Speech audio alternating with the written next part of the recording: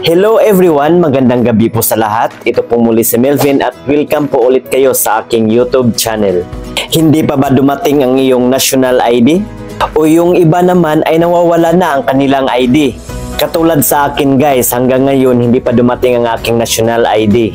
Mag-4 na taon na po guys mula noong nag-apply ako. At hanggang ngayon, hindi ko pa po alam kung nasaan na. Good news guys, may digital national ID na po tayo ngayon.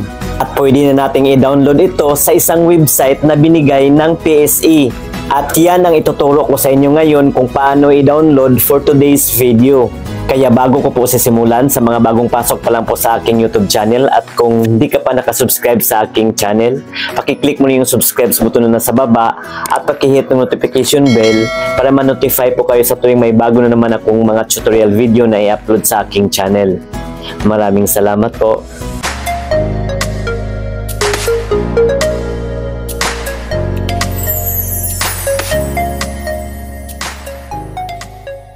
So, let's start. Ito, panoorin nyo. So, ayan po guys, ang una po natin gawin ay punta po tayo sa ating browser. At i-search po natin national-id.gov.ph.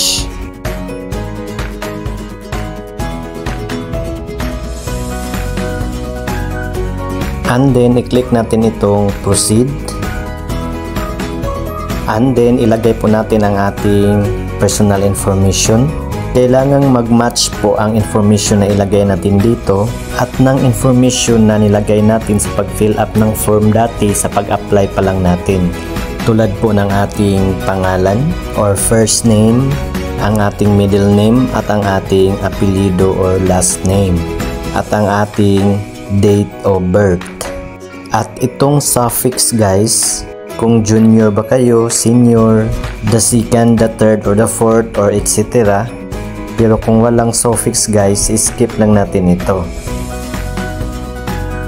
At sa ating date of birth, pinutin lang natin itong may box dito guys para makapili po tayo ng pizza, taon at buwan ng ating kapanganakan. At pagkatapos nating ma-fill upan, i-click natin itong continue. Take live selfie.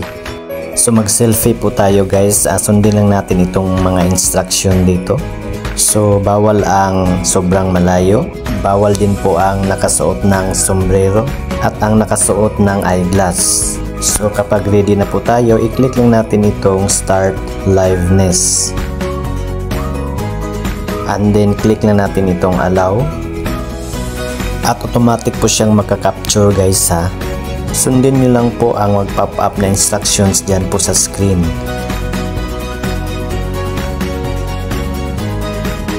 At ayan po, verifying na po siya. Liveness complete. Please wait. Your details is being verified. Sa una kong pag-process guys ay naging failed po siya. So kapag ganito ang result guys, ulitin lang natin ang proseso. I-click lang natin itong try again. And then ulitin natin yung ginawa natin. Hanggang mag-successful po siya. At ayan po, congratulations. You have been successfully verified. So i-click lang natin itong view national ID.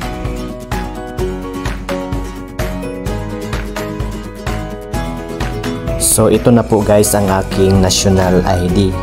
At ito po yung harap. At kapag gusto nating makita ang likod, itap lang natin itong screen. Katulad nito guys oh. At ito na po ang likod ng aking national ID. So ngayon pwede natin itong i-screenshot guys. I-screenshot po natin itong harap at ang likod. And then pwede po tayong pumunta sa mga printing press or yung mga naglalaminate ng mga ID. And then pwede natin itong ipa-PVC. So ganun lang po guys. At para dire-diretso ang inyong transaction, ilalagay ko na lang po ang link sa description area. Pindutin nyo na lang po para diretso na po kayo sa fill upan na form. Thank you. At sana may natutunan po kayo guys. Paki-like na lang po sa video ito kung nagustuhan nyo at paki-share na rin sa iba para may idea din po sila. At para sa iba pa pong mga katanungan, pakisulat na po inyong mga tanong dyan po sa comment section sa baba. So yun lamang po guys. Maraming salamat sa panonood. See you again sa next kong tutorial video. Goodbye. God bless.